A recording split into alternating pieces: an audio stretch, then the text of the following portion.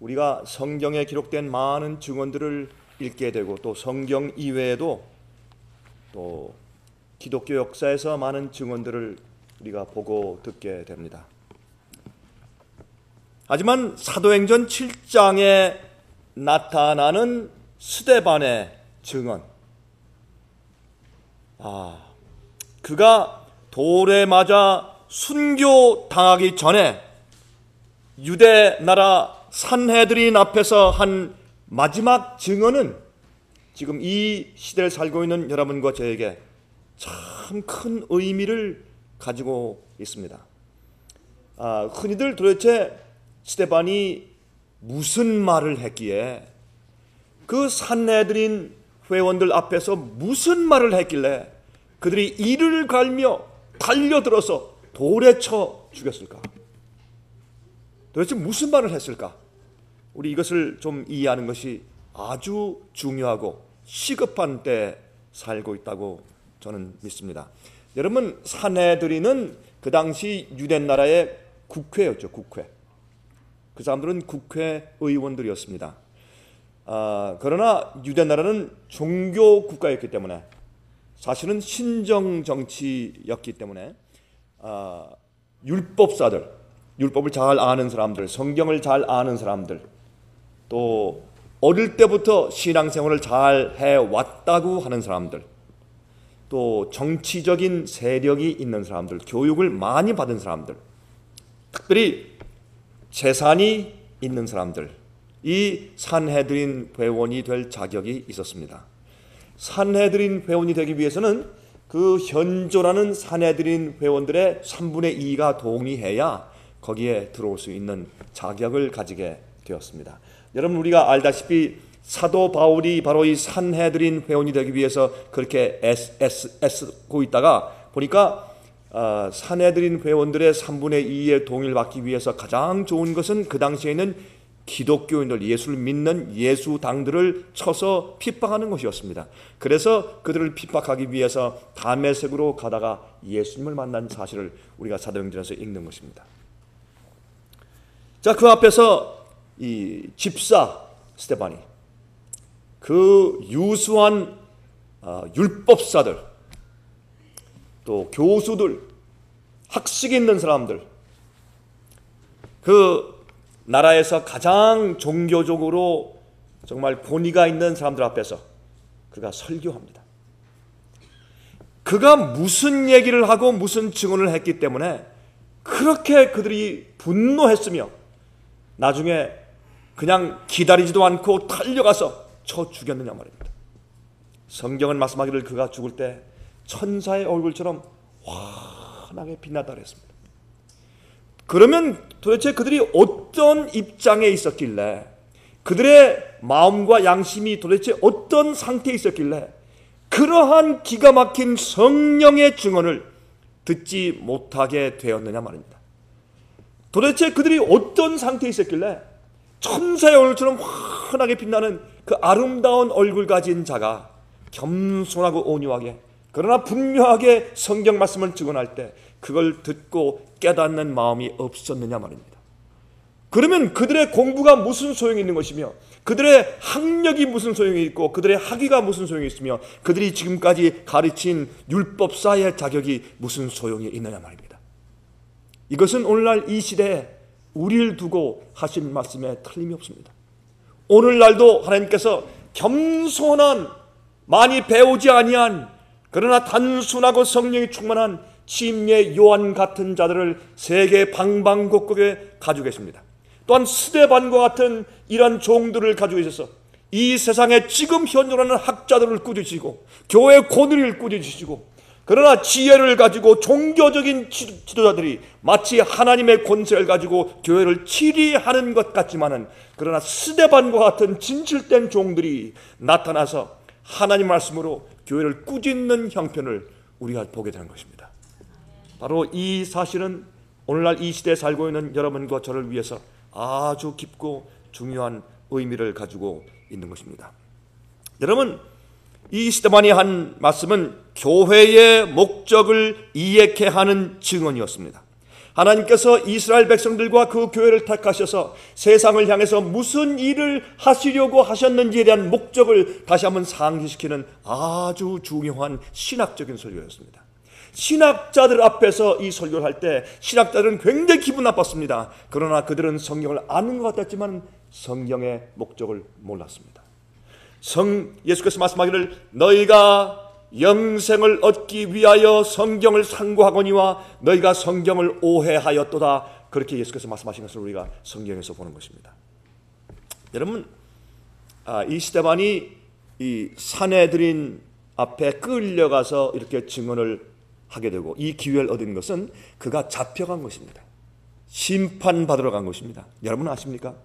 이제 마지막에 큰 환란이 올 때 하나님께서 세상을 뒤집어 놓을 정말 세상의 알곡들을 마지막으로 주님께서 불러내시는 큰 추수사업을 마치실 때 정말 주님께서 이 성경을 주시고 복음을 주시고 예수님이 십자가에 달리신 이 놀라운 이유와 목적을 온 세상에 마지막으로 증거하실 때 정말 세상을 경고하고 죄인들에게 마지막으로 호소하시는 은혜의 말씀을 주실 때 그때는 주님의 백성들이 법정에 끌려가서 심판받고 정말 어려운 환경 가운데 주께서 두시면서 많은 사람들이 그 사람을 정죄하기 위해서 놓고 물어볼 때 그들이 성령의 감동으로 입을 열어서 말씀과 진리를 증거하는 일을 통해서 이 세상의 마지막에 진리를 증거하실 것입니다. 옛날의 스데반을 통해서 그렇게 하신 것처럼 주님께서 마지막 시대에도 꼭 그렇게 하셔서 이 복음사업을 마치실 것입니다. 그러므로 이 마지막 시대에도 순교자들이 많이 생길 것입니다. 스데반은 순교자였습니다. 하나님의 교회의 사역의 한 부분이 지나가고 다른 교회가 오는 시기였습니다.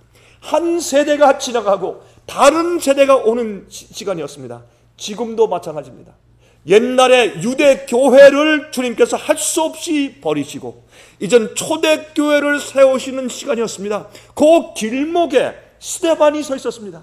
스데반을 돌로 친 교회는 이제 성령의 음성을 마지막으로 거절하고 그들의 은혜 시간이 그 교회에 한해서 맞춰지고 말았습니다.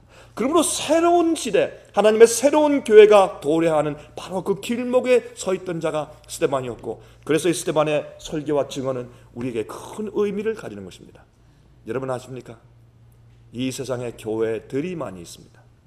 교회 건물들도 많이 있고 교회 협의회도 많이 있고 교파들도 많이 있습니다. 신학교들도 많이 있고 믿는 자들이 많이 있고 교수들도 많이 있고 목사들도 많이 있고 교회 지도자들도 많이 있습니다. 그러나 아십니까? 이제 하나님께서 여자의 남은 무리라고 하는 특별한 교회 마지막에 한 무리를 주님께서 만드시는데 백인들 가운데서 흑인들 가운데서 아시아 사람들 가운데서 남미 사람들 가운데서 유럽 사람들 가운데서 동양에서 한국에서 중국에서 미국에서 카나다에서 하나님께서 빼내신 진정한 복음을 알고 성경적인 진리를 알고 정말 주 앞에 굴복되고 성령이 충만한 자들 그것이 어떻게 드러나느냐 하면 성경 요한계시록은 말씀하기를 두 가지로 드러나는데 그들은 하나님의 계명을 지키는 사람들인데 9가지가 아니고 7가지만 아니고 10계명을 다 지키는 첫 번째부터 네 번째까지 우리 인간이 하나님께 어떻게 해야 할 의무를 말하는 그 네 계명을 철저히 지키는 사람들이요 5째부터 10째까지 내 이웃을 내 몸처럼 사랑하는 그 6계명들을 지키는 사람들 계명으로 거룩하게 된 자들 우리 힘으로 지킬 수 없으나 예수께서 우리 속에 사심으로 그의 능력과 성령의 은혜로 계명을 지키는 자들이 생기는 것입니다. 두 번째 그런 자들의 특징은 예수 믿음을 가지고 있습니다. 예수를 믿는 믿음뿐만 아니라 예수께서 이 땅에 사실 때 가지고 사셨던 예수 믿음을 가지고 하나님의 말씀에 순종하며 거룩한 생애를 사는 주의 백성들을 이 세상 도처에서 불러내실 것입니다. 하나님께서 한 백성을 인도하십니다. 2가지 백성이 아닙니다. 한 백성입니다. 언어는 다르고 인종이 다르고 얼굴 피부 색깔이 다를 줄 모릅니다. 또 그들의 배경이 다를 줄 모릅니다. 그러나 하나님께서 한 백성을 인도하고 계시고 그 백성을 마지막 시대 참 남은 교회로 세우실 것입니다. 그들의 과거의 경험들이 다릅니다. 교육 정도가 다를 것입니다. 그러나 하나님께서 한 무리를 인도하시고 분명히 그 교회에 인치실 것입니다. 그렇게 될 때 이 세상이 다른 세대를 맞이할 것입니다. 핍박받는 백성들, 그러면서도 하나님의 인이 그의 이마에 있는 사람들, 그러므로 이 세상의 마지막 기별 전하고 마지막 추수하는 일을 하는 사람들, 그런 일이 끝마치면서 이 세상에 7 재앙이 떨어질 것입니다. 그 교회를 핍박하는 자들에게 하나님께서 조용히 계시지 않을 것입니다. 7 재앙으로 주님께서 심판하실 것입니다. 여러분 아십니까? 스데반이 돌로 맞을 때 그의 얼굴은 예수님의 얼굴 같았습니다. 천사의 빛이 있었습니다. 여러분 아십니까? 이 스데반이 돌에 맞아 죽으면서 하늘을 보니까 하늘이 열렸습니다. 다른 사람 보지 못했지만 그 좋은 것을 보았습니다. 그는 이렇게 말했습니다. 인자가 하나님 아버지의 우편에 서 있는 것을 내가 본다. 왜 예수님께서 서 있다고 표현했습니까? 예수님께서 앉아 계시다가 일어서셨습니다. 너희가 감히 내 종을 치느냐? 너희가 감히 내 종을 돌로 치느냐? 내가 이 일을 잊지 아니한다. 심판의 주께서 앉아 계시다가 일어서셨습니다. 당신의 백성들을 변호하기 위해서 주님께서 일어서신 것입니다. 이러한 때가 곧 우리에게 다가오는 것입니다. 옛날의 유대날의 역사는 이 마지막 시대 역사를 반복하는 역사를 우리에게 미리 알려주는 예언이기도 하기 때문에 그러합니다. 우리 다 같이 사도행전 7장을 좀 펴서 보겠습니다. 사도행전 7장 1절부터 7절까지 있는 말씀을 좀 같이 좀 상고해 보십시다. 사도행전 7장입니다. 1절부터 7절까지 있는 말씀을 제가 읽습니다. 대제사장이 가로되 이것이 사실이냐? 스데반이 가로되 여러분 부형들이여 들으소서. 우리 조상 아브라함이 하란에 있기 전 메소포타미아에 있을 때에 영광의 하나님이 그에게 보여 가라사대 내 고향과 친척을 떠나 내가 내게 보일 땅으로 가라 하시니 아브라함이 갈대아 사람의 땅을 떠나 하란에 거하다가 그 아비가 죽음에 하나님이 그를 거기서 너희 시방 거하는 이 땅으로 옮기셨느니라. 그러나 여기서 발 붙일 만큼도 유업을 주지 아니하시고 다만 이 땅을 아직 자식도 없는 저와 저의 씨에게 소유로 주신다고 말씀하셨으며 하나님이 또 이같이 말씀하시되 그 씨가 다른 땅에 나그네 되리니 그 땅 사람이 종을 삼아 400년 동안을 괴롭게 하리라 하시고 또 가라사대 종 삼는 나라를 내가 심판하리니 그 후에 너희가 나와서 이곳에서 나를 섬기리라 하시고. 여러분 이 말씀은 우리가 간혹 읽는 너무 잘 아는 말씀입니다. 그런데 참 이상한 것은 말이죠. 스데반의 이 증언, 스데반의 이 설교를 이 말씀의 그 내용이 무엇인지를 왜 이런 얘기를 했는지를 그가 도대체 무슨 말을 여기서 하고 있는지를 이해하는 그리스도인들은 꽤 많지 않은 것을 제가 보게 됩니다. 그러면 이 시간에 도대체 여기에 있는 이 7절 7절들 가운데 있는 말씀이 도대체 무슨 뜻인지 그 뒤에 또 몇 절을 더 읽겠습니다만은 도대체 그가 지금 무슨 말을 하고 있는 것인가, 이것이 왜 그 유대 교회의 지도자들을 그렇게 분노하게 만들었는가, 도대체 무슨 말을 하는 것이기 때문에 그것을 좀 잠깐 살펴보려고 하는 것입니다.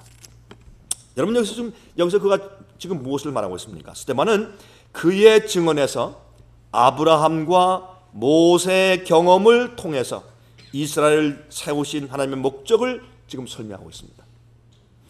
지금 그가 말하는 것은 하나님께서 아브라함을 통해서 왜 그 하나의 백성을 세우셨는가, 교회를 왜 세우셨는가, 주님의 목적이 어디에 있는가, 또 모세를 통해서 주님께서 무슨 일을 하려고 하셨는가, 그것을 지금 설명하려고 애를 쓰고 있는 것입니다. 왜 하나님께서 애굽에서 그들을 출애굽시켜서 노예된 데서 해방시켜서 내오셔서 왜 가나안 땅에 심으셨느냐? 그 목적이 어디에 있느냐? 교파를 세우기 위해서, 교단을 세우기 위해서, 큰 나라를 세우기 위해서, 이 세상에서 가장 부유하고 강력한 나라를 세우고 가장 멋있는 어떤 성전을 세우며 가장 힘 있는 종교를 세우기 위해서 아니라는 것입니다. 이 얘기가 그 당시에 교회 그 지도자들의 마음을 굉장히 상하게 한 것입니다. 만약 지금 스데반이 나타나서 이 시대의 교회들을 향해서 똑같은 설교를 한다면 이 시대에도 똑같이 돌에 맞아 죽을 것입니다. 오늘날 교회들이 예배 드리고 교회 일을 하고 선교하고는 하는 많은 일들이 하나님의 목적을 이루는 것이 아니기 때문에 그렇습니다. 주의 말씀과 참 진리와 복음을 전하는 것이 아니기 때문에 그렇습니다. 교파가 더 중요하고 교단이 더 중요하고 교회 권위가 더 중요하고 교회 성장이 더 중요해졌기 때문에 그렇습니다. 그것 때문에 유대교회가 망한 것입니다. 여러분, 교회가 존재하는 이유는 교회는 진리의 기둥과 터입니다. 그 교회가 진리를 전하는 것을 잃어버리면 교회의 존재 가치가 없어지는 것입니다. 그 교회에서 정말 하나님의 뜻을 이루지 않으면 그 교회는 하나님께서 만드신 목적을 잃어버린 교회가 되는 것입니다. 소금이 그 맛을 잃으면 무엇에 쓰리요? 길에 버려서 밟힐 뿐이니라. 그래서 오늘날 교회는 길에 버려져 밟히는 소금처럼 된 것입니다. 이것이 이 말씀을 시작하는 스데반의 서론입니다.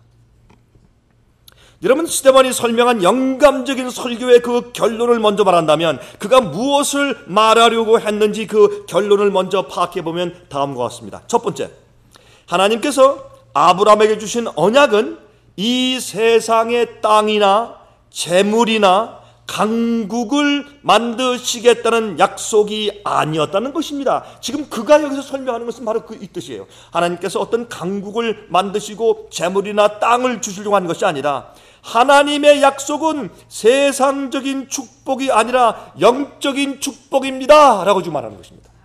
그 당시 지금 산헤드린 회원들과 교회 지도자들과 바리새인들과 랍비들과 제사장들이 가르치는 것에 정면 지금 반박하는 얘기를 지금 하고 있는 것입니다. 그게 아닙니다. 하나님께서는 한 유업을 주시기 위해서 한 씨에게, 아브라함이 지금 보지 못하고 자기 씨도 좀 없는 그런 입장에 하나님께서 한 씨를 약속하셨는데 그 씨에게 유업을 주시려고 하신 것입니다. 하나님의 언약은 예수 그리스도 메시아, 물론 그들은 예수님을 메시아로 믿지 않았지만 메시아 한 분을 우리에게 주시고 그 메시아가 태어났을 때 그의 사역을 통해서 온 세상이 축복받게 하기 위해서 이스라엘과 유대교회를 택하신 것입니다. 그걸 말하는 겁니다. 교회, 교파, 교단의 중요성이 아닙니다. 우리에게 땅을 주시고 우리에게 큰 건물 주시고 멋있는 성전을 지으시고 재물을 주시고 그게 아닙니다. 그거는 아무 어떤 면에서 쓸모가 없습니다. 그 속에 진리가 없고 메시아가 올바로 안착되어 있지 않으면 그것은 하나의 허역이지 소용이 없는 것입니다. 이것을 지금 이 스데반이 말하고자 하는 것입니다. 그걸 그들이 알아차렸어요. 알아차리고 벌써 처음부터 그 얘기를 딱 하니까 벌써 씩씩거리기 시작했어요. 마음과 함께. 오히려 이스라엘을 택하시고 그들을 출애굽시키셔서 가나안 땅으로 오게 하신 것은 그가 말하는 것입니다. 약속의 씨가 오셔서 그들을 죄에서 구원하게 하시리라는 약속입니다. 그 메시아 때문에 결국은 온 세상에 있는 믿는 자들이 죄와 사망에서 구원을 받게 되는 바로 그 약속을 우리가 받은 것입니다. 그래요. 그 5절 보세요. 5절. 그러나 여기서 발붙일 만큼도 유업을 주지 아니하시고 다만 이 땅을 아직 자식도 없는 저와 저의 씨에게 소유로 주신다고 약속하셨습니다. 이게 무슨 말입니까? 예? 이 5절에 7장 5절에 있는 말씀이 무슨 말씀입니까? 여기에 이 아브라함에게 유업을 얻을 땅 하나라도 주었습니까? 아니지 않습니까? 아브라함은 계속 옮겨 다녔습니다. 제단을 옮겨 다니며 그 제단을 쌓고 지었습니다. 그러므로 사실 하나님께 축복하신 것은 언약은 아브라함에 주신 언약은 무엇인가? 언약의 씨 메시아입니다. 메시아입니다. 두 번째, 지금 스데반이 무엇을 말하는 것인가? 두 번째, 그래서 하나님께서 이스라엘 백성들을 그들이 반역하고 북방 남방 유다로 갈라지게 되었어도 또한 바벨론으로 끌려갔다가 다시 돌아오게 하셨을지라도 그들을 계속 보존하시고 이스라엘과 유대 나라를 유지해 오신 이유는 약속의 씨 메시아가 오실 수 있도록 하기 위해서 보존해 오신 것입니다 라고 말하는 것입니다. 자, 가만히 들어보니까 이 제사장 들어보니까 지금 무슨 말 하고 있는지 그들이 알겠거든요. 이거 봐라, 분노가 치밀어 오르는 것이었습니다. 자, 이제 사도행전 7장 36절부터 38절 읽습니다. 36절부터 38절입니다. 이제 그가 설교한 많은 부분을 제가 다 읽지 않고 36절로 건너뛰어가서 있습니다. 38절까지. 이 사람이 백성을 인도하여 나오게 하고, 그는 이제 모세를 말합니다. 아브라함을 말하고 이제 모세를 말합니다. 애굽과 홍해와 광야에서 40년간 기사와 표적을 행하였느니라. 이스라엘 자손을 대하여 하나님이 너희 형제 가운데서 나와 같은 선지자를 세우리라 하던 자가 곧 이 모세라. 그는 말이죠, 아브라함에게 하신 언약을 얘기합니다. 그렇죠? 아브라함에게 약속하신 언약은 말이죠, 땅도 아니고 큰 국가보다도, 그러나 사실 한 언약의 씨 메시아를 탄생케 할 민족을 약속하신 것입니다 라고 말하고, 그다음에 모세 얘기를 합니다. 자, 모세가 한 백성을 인도하셨는데 그 백성이 교회가 될 텐데, 이제 가나안 땅에 데리고 들어가서 교회가 될 때, 그때 마지막으로 이 모세가 신신당부했는데 무슨 당부인 줄 아십니까? 이 사내들인 회원들이시요, 이것을 당부했습니다. 모세가 말했습니다. 하나님이 너희 형제 가운데서 나와 같은 선지자를 한 사람 세울 것이다 라고 말했습니다. 모세가 그렇게 말하는 것입니다. 38절 시내 산에서 말하던 그 천사와 및 우리 조상들과 함께 광야 교회에 있었고 또 생명의 도를 받아 우리에게 주던 자가 이 사람이라. 그가 우리에게 하나님께로부터 계명을 받아 주었고 모든 기적을 통해서 우리를 한 교회로 만들어주기 위해서 인도한 주의 종이었습니다. 그 종이 말하기를 마지막 시대 가서 나와 같은 한 선지자를 주님께서 주실 텐데, 내가 너희들을 이 애굽에서 종로로 탄 데서 끌어낸 것처럼 이 메시아가, 약속의 씨가 오면 우리를 죄의 함정과 죄의 속박에서 건져낼 자가 될 것이라. 그분이 메시아다라고 얘기했습니다. 그만하는 것입니다. 그러므로 교회가 존재하는 목적은 무엇입니까? 번영이 아닙니다. 건물이 아닙니다. 교단이 아닙니다. 교회가 존재하는 목적은 그 속에 있는 백성들과 하나님을 믿는 백성들, 아브라함의 믿음을 가진 그 백성들이 죄의 속박된 데서, 죄의 파워에서 해방하는 예수를 만나게 하기 위한 것이 목적입니다. 그렇게 지금 그가 설교하고 있는 것입니다. 이게 스데반의 설교예요. 자, 그러니까 지금 이 제사장들과 지금 사내들인 회원들이 듣다가 무슨 말인지 지금 알아차리는 겁니다. 교회를 치네, 교단을 치네, 감히 하나님께서 택하신 이 유대 교회를 쳐, 감히 사내들인을 쳐. 이 자가 분노가 계속 지금 치밀어 오르기 시작하는 것입니다. 자, 이제 39절입니다. 사도행전 7장 39절부터 43절을 읽습니다. 우리 조상들이 모세에게 복종치 아니하고자 하여 거절하며 그 마음이 도리어 애굽으로 행하여, 이 말은 뭡니까? 그 마음이 도리어 애굽으로 행하여, 애굽에서 몸은 남았지만은 그러나 마음은 여전히 애굽에 있는 그들의 조상들에 대해서 그가 설명하는 것입니다. 아론도로 어떻게 했습니까? 이르되 우리를 인도할 신들을 우리를 위하여 만들라. 애굽 땅에서 우리를 인도하던 이 모세는 어떻게 되었는지 알지 못하노라 하고, 그렇죠? 여기에 모세를 이 기가 막힌 대목에 그가 하나님께 나아가서 시내산에서 계명을 받아가지고 내려오는 순간에 백성들의 요구에 할 수 없이 굴복당하여서 금송아지를 만들어 둔 자가 다른 사람 아닌 자기의 형제 형 아론이었습니다. 하나님의 교회를 세울 때 주님의 목적을 올바로 이루려고 할 때 누가 우리를 반대합니까? 형제 아닙니까? 누가 배도하는 세력에 가담합니까? 마음이 약한 우리 형제들인 것입니다. 여러분, 개혁을 하려면, 진리를 가지고 살려면 어떤 때는 가족에게 핍박을 받아야 합니다. 어떤 때는 우리 가장 가까운 사람에게서 오해와 어려움을 당해야 합니다. 참 그것은 가슴 아픈 경험입니다. 그러나 그 당시에 사람들은 모세는 아주 너무 지나치다, 너무 지나치고 너무나 원칙만 주장한다, 그런 취급받았습니다. 그러나 온유하고 부드러웠던 아론은 그들이 우리에게 금신상 만들어 주시오, 송아지 신상 만들어 주시오 할 때 할 수 없어서 맞아 죽을까봐 그들에게 금을 가져오라고 한 다음에 그걸로 금 송아지를 만들었습니다. 그때 백성들은 이분이야 정말로 훌륭한 교회 지도자다. 온유하고 우리 말 잘 들어주고 아주 정말 그 외교적이고 이런 사람이 교회 지도자가 돼야지. 모세는 너무 꼬장꼬장하고 너무 원칙만 주장하고 너무 주의 계명만 주장하고 그거 안 되겠다. 그렇게 했습니다. 그래서 아론을 통해서 우상을 만들었습니다. 41절, 그때 저희가 송아지를 만들어 그 우상 앞에 제사하며 자기 손으로 만든 것을 기뻐하더니 하나님이 돌이키사 저희를 그 하늘의 군대 섬기는 일에 버려 두셨으니, 이게 무슨 말입니까? 아니, 그들이 금 우상을 섬겼는데 하나님께서 하늘의 군대를 섬기는 일에 버려 두셨다? 이게 도대체 무슨 말입니까? 여기에 하늘의 군대란 무슨 말입니까? 거기에 영어 성경에는 heavenly bodies 그렇습니다. 이건 점성술입니다. 별을 숭배하는 것입니다. 태양을 숭배하는 것입니다. 달을 숭배하는 것입니다. 우상 숭배를 말하는 것입니다. 바알신입니다. 바벨론입니다.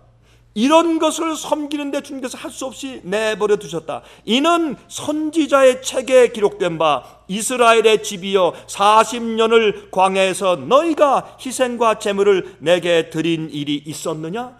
여기에 있는 이 번역은 조금 좀 미흡합니다. 영어 성경의 번역이 좀 낫습니다. 너희가, 영어 성경의 번역을 직역하면 너희가 나에게만 희생과 제물을 드렸느냐? 너희가 내게만 희생과 제물을 드렸느냐? 너희가 우상들에게도 제물을 함께 드리지 않았느냐? 너희 마음이 갈라진 자들아. 그런 말씀이에요 이게. 너희가 언제 내게 제물을 드렸느냐? 제물 드렸죠. 계속 제물을 드렸죠. 그러나 주님께서 하신 말씀은 너희가 언제 나에게만 제물 드렸느냐? 너희가 우상들에게도 똑같이 같이 제물 드렸지.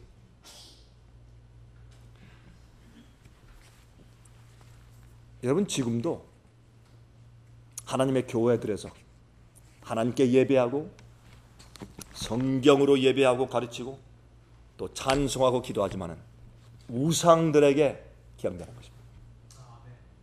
인기의 우상, 인간의 평판의 우상, 자랑의 우상, 영광의 우상, 재물의 우상, 성공의 우상, 교회 성장의 우상, 온갖 멋있는 것들로 몸에 치장하는 유행의 우상, 인기의 우상, 투기의 우상, 시기, 질투의 우상으로 가득한 것입니다. 그러므로 언제 하나님께만 예배를 드립니까? 우상 숭배를 같이 하는 것입니다. 그 속에 주의 성령께서 계시지 않는다고 이 스데반은 담대하게 설교하고 있는 것입니다. 자, 여기 보세요. 43절, 몰록의 장막과 신 레판의 별을 받들었으며 이것은 너희가 절하고자 하며 만든 형상이로다. 내가 너희를 바벨론 밖에 옮기리라 함과 같으니라. 여러분, 여기 몰렉의 장막, 몰렉 신에게도 예배드렸다. 여러분, 이스라엘 백성들이요 몰렉 신에게 어린 아기들을 갖다가 태워 죽였습니다. 그 몰렉 신 우상 숭배의 의미가 무엇입니까? 왜 아기들을 갖다, 그 불쌍한 아기들을 갖다 태울까요? 그건 이런 뜻입니다. 하나님, 우리가 이 세상에서 번영하기를 이렇게 원합니다. 신이시여, 우린 세상에서 축복받기 원합니다. 우리 아이들이 성공하기 원합니다. 그러므로 우리는 우리 아이들을 태워서, 가장 귀중한 우리 애기들을 태워서 구하오니 우리 아이들을 성공케 해 주시옵소서. 우리 아이들 가운데 한 명을 태웁니다. 나머지 아이들 세상에서 출세케 해 주시옵소서. 우리에게 물질적인 번영을 주시옵소서. 우리가 이렇게 간절히 바랍니다. 우리의 사랑하는 자식을 태울 때까지 바라니 신이시여 우리에게 축복하시옵소서. 그것이 몰렉신이었습니다. 오늘날 우리들도 그렇게 합니다. 모르지만 실제로 그렇게 합니다. 여러분, 그러므로 오늘날 이 세상에 어떤 의미에서 그와 같은 많은 우상들이 있는 것을 우리가 아는 것입니다. 자, 그 다음에 이제 또 보십시다. 또 더 나가서 사도행전 7장 44절부터 53절까지 읽습니다. 이제 그의 스데반의 증언이 계속됩니다. 여러분, 이 증언에선 잘 들으세요. 이 증언을 읽으면서 어떤 때는 우리가 이 말씀을 잘 뜯어서 읽어보지 않으면 도대체 스데반이 무슨 말을 했는지를 우리가 감을 못 잡기 때문에 그냥 읽고 지나가기가 일쑤예요. 그러나 스데반이 지금 교회를 향해서 무슨 말을 하고 있는지를 우리가 캐치해야 돼요. 이것이 앞으로 세상을 향한, 아니 지금 현재 우리가 세상을 향해서 외쳐야 할 우리의 기별이기 때문에 그렇습니다. 우리가 마지막 시대 스데반들이 되어야 되기 때문에 그렇습니다. 자, 그런데 그가 지금 무슨 말을 또 하는 것인가? 여기에서 성전이, 교회가 하나님을 가두어 두는 것이 아니라는 것입니다. 교회의 권위와 교단의 세력을 우상화하고 있는 모습을 그가 지금 말하는 것입니다.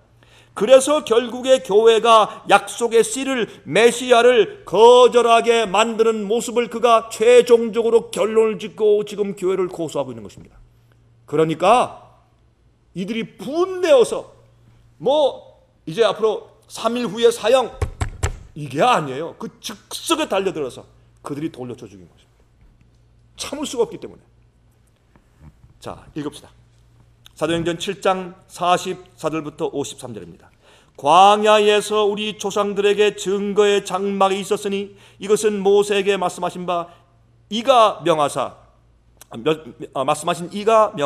저가 본 그 식대로 만들게 하신 것이라. 우리 조상들이 그것을 받아 하나님이 저희 앞에서 쫓아내신 이방인의 땅을 점령할 때에 여호수아가 함께 가지고 들어가서 다윗 때까지 이르니라. 하늘의 성소를 보여주시고 이 지상 성소를 짓게 하신 것을 여기에 지금 말씀을 하고 있는 것입니다. 46절, 다윗이 하나님 앞에서 은혜를 받아 야곱의 집을 위하여 하나님의 처소를 준비케 하여 달라 하더니 솔로몬이 그를 위하여 집을 지었느니라. 그러나 지극히 높으신 이가 손으로 지은 곳에 계시지 아니하시나니 선지자의 말한 바. 자, 지금부터 잘 들으세요. 이게 지금 스데반이 설교하는 마지막 결론이에요. 보세요. 49절, 주께서 가라사대 하늘은 나의 보좌요 땅은 나의 발등상이니 너희가 나를 위하여 무슨 집을 짓겠으며 나의 안식할 처소가 어디냐?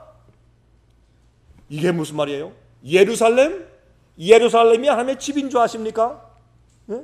우리가 주의 말씀을 순종하고 굴복한 생을 살 때 우리 속에 하나님이 계시면 그러면 주의 임재가 성전 안에 있는 것입니다. 그렇지 않으면 성전 안에 하나님이 안 계십니다. 여러분 아십니까? 오늘날 교회들, 오늘날 많은 기독교 교회 안에 성령의 역사가 떠났습니다.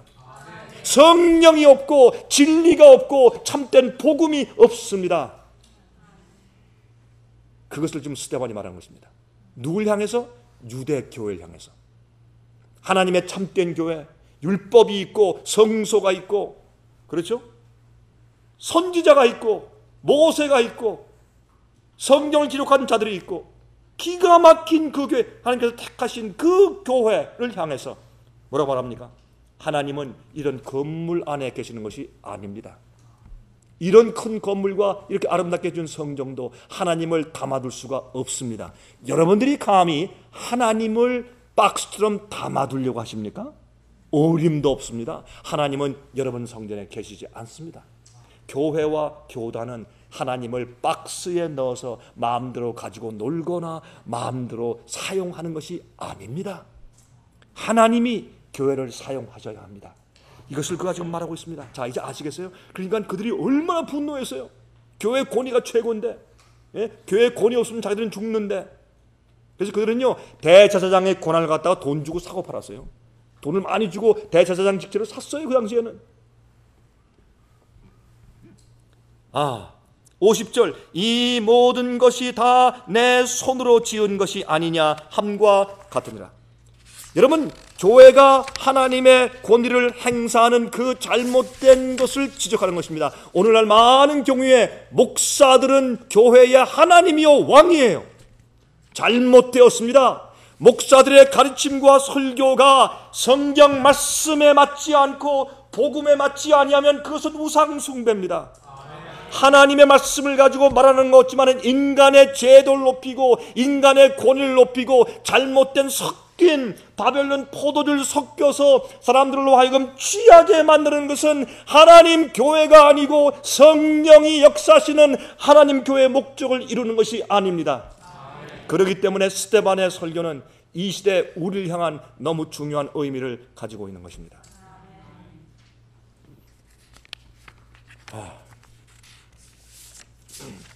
51절. 자, 51절 보세요. 목이 곧고 마음과 귀에 할례를 받지 못한 사람들아, 너희가 항상 성령을 거스려 너희 조상과 같이 너희도 하는도다. 설교를 하다가요 갑자기 그냥 곧바른 지원이 막 나와요. 이거 왜 그런지 아십니까? 그렇게 이 건물, 교단, 유대주의, 전통, 우리가 혈과 육으로 선택된 백성된 사실, 이것이 하나님의 인정을 받는 줄 아십니까? 그래서 하나님께서 여러분과 함께 하시는 것인 줄 아십니까? 잘못 알았습니다. 꿈 깨십시오. 그러는 겁니다. 그러니까 이 사람들이 다 자리에서 일어나요. 저거 가만 놔두는 거요? 대제사장 뭐 하는 거요? 막 이런 소리가 막 튀어나오니까 스데반이 이제 곧 자기가 죽을 것을 알았습니다. 살기 등등한 교회 지도자들의 얼굴을 보고 스데반이 그때 때가 되었구나 해서 자기 설교를 줄여버립니다. 여러분, 설교하는 사람들이요 자기가 준비한 설교를 줄이는 것처럼 힘든 게 없어요. 제가 이 젊은 청년들에게 설교법을 제가 강의할 때 꼭 제가 말해주는 것이 있습니다. 준비를 아무리 많이 했어도 줄여라. 내가 하고 싶은 말을 다 하는 건 아니다. 어떤 때는 내가 하고 싶은 얘기를 다 하면 다른 사람은 내가 준비한 걸 모르니까 내가 하고 싶은 거 다 한다고 다 감동받는 거 아니다. 어떤 건 줄이고 자르고 안 해도 된다. 그런 얘기를 제가 자주 해줍니다. 제 경험에서 나오는 얘기죠. 그것은 여기에 스데반이 말이죠, 자기가 때가 되어서 이제 설교를 줄여야 될 것을 알았어요. 그래서 딱 줄이는 겁니다. 그 다음에 할 말이 많이 있었어요. 그러나 딱 줄이고 이제는 본론의 결론으로 들어갑니다. 너희 조상들은 선지자 중에 누구를 핍박지 아니하였느냐? 의인이 오시리라 예고한 자들을 저희가 죽였고, 이제 메시아가 온다라고 말하는 사람들을 죽였고, 이제 너희는 그 의인을, 그들이 예언한 아브라함에게 언약한 그 약속의 씨, 그 의인, 그 메시아가 왔는데 그 메시아를 잡아준 자요 살인한 자가 되나니, 예수님을 십자가 못 박아서요 그 사실을 여기에 두고 그들을 고소한 것입니다. 너희가 천사의 전한 율법을 받고도 지키지 아니하였도다 하니라. 굉장한 얘기죠. 이게 보통 담대한 마음을 가지고 이렇게 하겠어요? 우리가 성경에서 읽으니까 야 정말 잘했다 하죠. 실제로 혼자 외롭게 끌려가서 만조백관들과 말이죠, TV 카메라 앞에 수많은 수백만 수천만 앞에서 여러분 간증해 보세요. 이게 가능한 일인가? 성령을 받아야 합니다. 성령께서 우리 마음 가운데 역사하시지 않으면 이런 일을 할 수 없습니다. 너희가 앞으로 재판장에 끌려갈 때 무슨 말을 할지 염려하지 말아라. 성령께서 너에게 할 말을 너희 입술에 주실 것이라. 바로 이런 뜻입니다. 그때 주님께서 우리에게 믿음을 주실 것입니다. 여러분, 여기에 창세기 22장 15절부터 18절을 보면 다음과 같은 말씀이 기록되어 있습니다. 창세기 22장 15절부터 18절 보시면 하나님께서 아브라함에게 이제 이런 언약을 말씀하세요. 메시아를 주시는, 언약의 씨를 주시는 그 이유가 무엇인지 이렇게 설명을 이미 해주셨어요. 왜 이스라엘을 세우시는가? 여호와의 사자가 하늘에서부터 두 번째 아브라함을 불러 가라사대 여호와께서 이르시기를 내가 나를 가리켜 맹세하노니 내가 이같이 행하여 네 아들 내 독자를 아끼지 아니하였은즉 내가 내게 큰 복을 주고 내 씨로 크게 성하여 하늘의 별과 같고 바다의 모래와 같게 하리니 내 씨가 메시아가 그 대적의 원수의 문을 얻으리라. 또 내 씨로 말미암아 천하 만민이 복을 얻으리니 이는 내가 나의 말을 준행하였음이라 하셨다 하니라. 이게 무슨 말입니까? 하나님께서 아브라함을 약속하신 이유가 있습니까? 메시아가 하나님의 아들이 이 땅에 태어나시는데 태어날 때 정확한 족보가 있어야 돼요. 아무나 내가 하나님의 아들이다, 내가 메시아다 그러면 안 되지 않습니까? 그래서 이 한 민족을 택하시고 세우시는데 아브라함 자손들이 무슨 뭐 특별하게 훌륭한 사람들이었습니까? 우리가 역사를 보지만 아니었습니다. 여러분, 그 유대와 이스라엘 왕들은 엄청나게 악한, 바벨론 왕보다 더 악한 므낫세 같은 사람들도 다 있었어요. 여러분, 그러나 여기 하나님께서 그들을 택하신 이유는 진리를 주셔서 진리를 깨닫고 하나님의 율법을 가지고 있는 진리의 문화, 진리를 생활화하는 그 문화를 가지고 있는 한 민족이 필요했어요. 그들이 등대예요. 그들이 사는 삶, 그들이 먹는 것, 그들이 옷 입는 것, 그들이 예배하는 것, 그들이 형제를 대하는 것, 그들의 모든 농사하는 이런 모든 장사하는 모든 것들이 모본이 되어서 하나님의 진리의 문화를 가지고 있는 한 민족이 필요하셨어요. 그래서 다른 이방인들과 다른 나라들에게 복음과 빛이 전달되기 위해서 그렇게 사람이 필요하신 것입니다. 그 다음에요, 더 제일 중요한 목적은 무엇이에요? 그들을 통해서 한 혈통을 통해서 거기에서 유다 지파에서 태어나게 하시는 예수 그리스도 메시아를, 이분이 하나님의 아들이고 인류를 구원하기 위해서 오시는 구세주이다라는 것을 정확하게 지목해서 의심 없게 알려주시기 위해서 혈통이 필요한 것이에요. 그래서 요셉과 마리아의 사이에서 태어났어요. 물론 아버지 요셉의 피는 섞이지 않았습니다. 성령으로 잉태하셨기 때문에. 그러나 그 가문에서 태어났어요. 유대 지파에서 예언한 대로. 그런데 그 목적이 어디 있습니까? 예수께서 오셔서 이 메시아는 원수의 문을 얻어요. 여러분, 창세기 4장 7절에 보면 이런 말씀이 있어요. 창세기 4장 7절에 내가 선을 행하면 어찌 낯을 들지 못하겠느냐? 선을 행치 아니하면 죄가 문에 엎드리느니라. 죄의 소원은 내게 있으나 너는 죄를 다스릴지니라. 이게 무슨 말인가 하면 예수께서 오시면 마귀의 문을 얻어, 우리의 마음 문을 얻어요. 죄가 마음 문 앞에 딱 엎드리면 어떻게 해요? 그것을 품고서 죄를 질 필요가 없어요. 시험과 유혹이 올지라도 내 속에 있는 유전적으로 받은 죄의 성질과 죄의 본성의 충동이 계속 올라올지라도, 그러나 어떻게 해요? 하나님께서 너희의 죄의 소원은 있지만은 어떻게 해요? 죄를 다스리라, 이기라, 승리하라. 그 일을 누가 하시는 것이에요?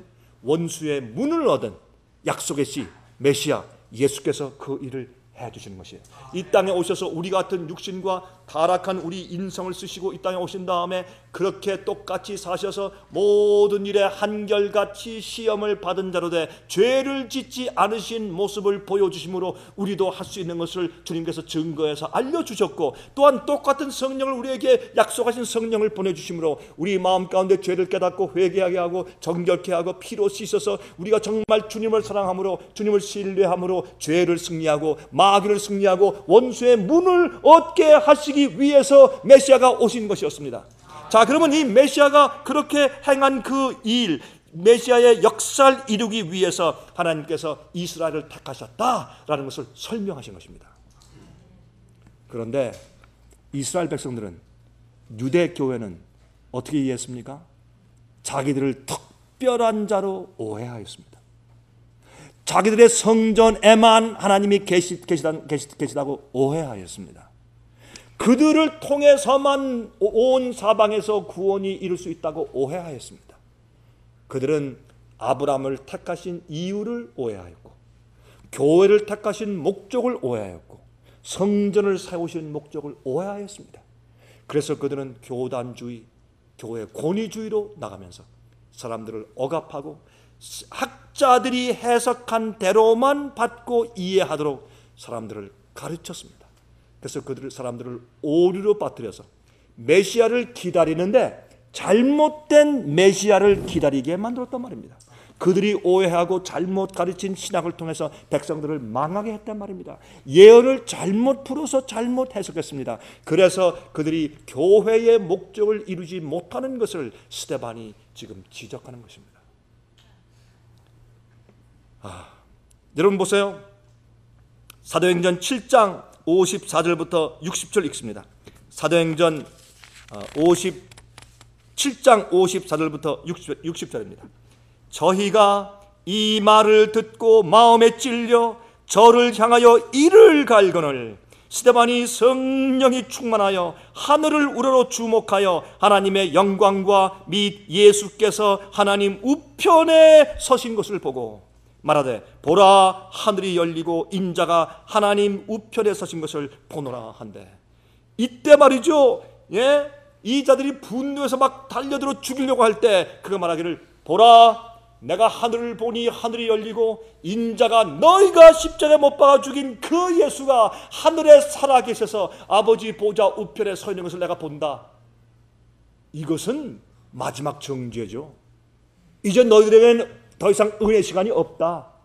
너희가 예수를 죽였고 또한 성경을 내가 올바로 증언하는데 이 성령의 음성을 마지막으로 거절하고 나를 돌로 쳐 죽이려 하니 너희의 은혜 시간은 오늘로 끝났다 라고 말하는 것입니다. 내가 너희가 죽인 그 예수를 내가 하늘에 계신 분으로 내가 지금 본다. 이것은 두려운 설교였습니다. 그들의 운명을 끝마치는 설교였습니다. 이것이 스데반의 설교입니다. 여러분 저는 감히 이렇게 여러분께 말씀을 드립니다. 이 세상의 마지막 노을이 지려고 하는 마지막 부분에 살면서 이 세상에 있는 교회들에게 하나님께서 전하셔야 할 기별이 스데반의 증언입니다. 바로 이 설교가 오늘날 많은 믿는 자들이 들어야 할 설교입니다. 그만큼 두려운 것입니다. 옛날 유대 교회의 형편은 오늘날 이 시대의 주님의 교회들의 형편과 꼭 같기 때문에 그렇습니다. 옛날에는 제2위의 하나님 예수 그리스도를 거절하고 십자가에 못 박아 죽였습니다. 여러분 아십니까? 오늘날 현대 교회는 제3위의 하나님인 성령의 음성을 거절하고 성령 하나님을 십자가에 못 박아 죽이고 있는 것입니다. 그럴 때 이런 형편이 바로 이 시대의 형편인 것을 우리가 알 수가 있는 것입니다. 자, 그럴 때 여기 보세요. 57절부터 읽습니다. 저희가 큰 소리를 지르며 귀를 막고 일심으로 그에게 달려들어 성 밖에 내치고 돌로 칠세 증인들이 옷을 벗어 사울이라 하는 청년의 발 앞에 두니라. 이 분노를 보고 같이 분노를 느꼈던 정말 몰라서 눈이 멀었던 자가 사도 바울이었습니다. 59절 저희가 돌로 스데반을 치니 스데반이 부르짖어 가로되 주 예수여 내 영혼을 받으시옵소서 하고 무릎을 꿇고 크게 불러 가로되 주여 이 죄를 저들에게 돌리지 마옵소서 이 말을 하고 자니라. 예수 품 안에 자니라.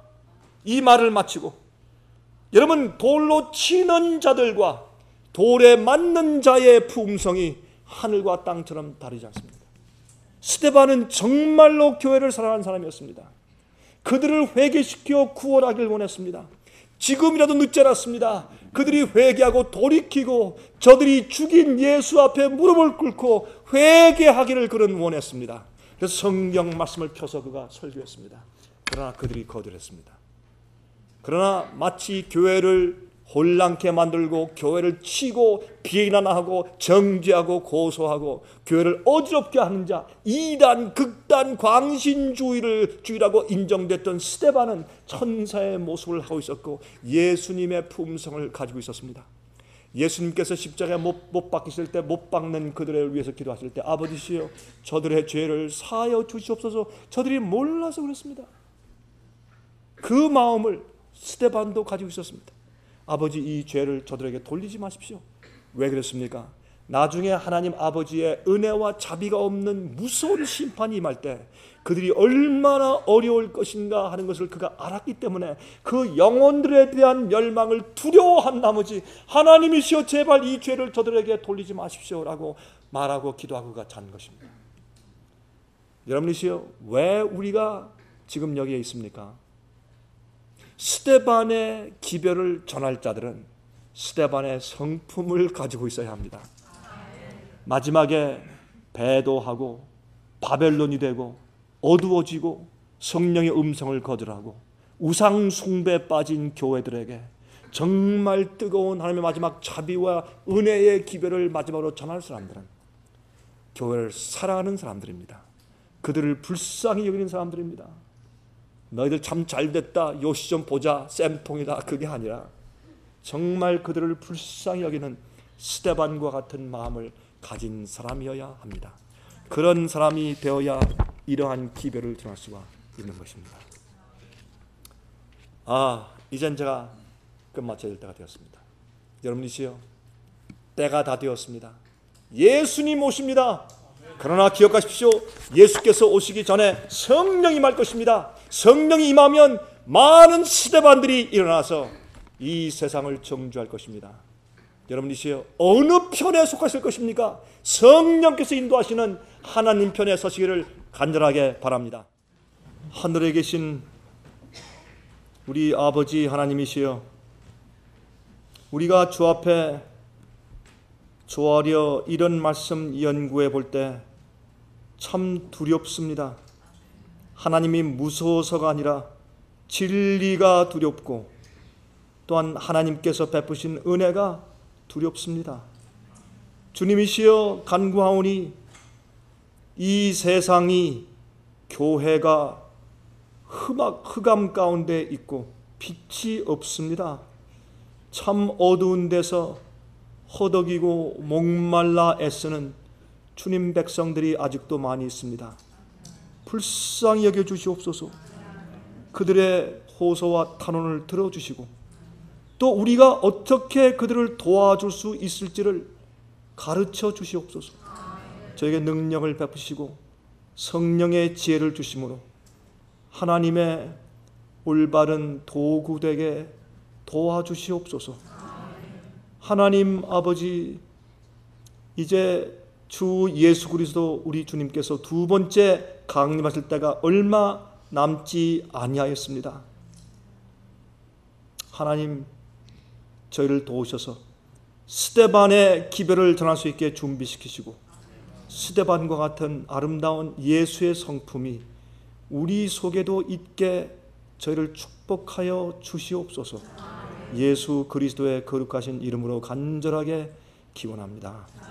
아멘.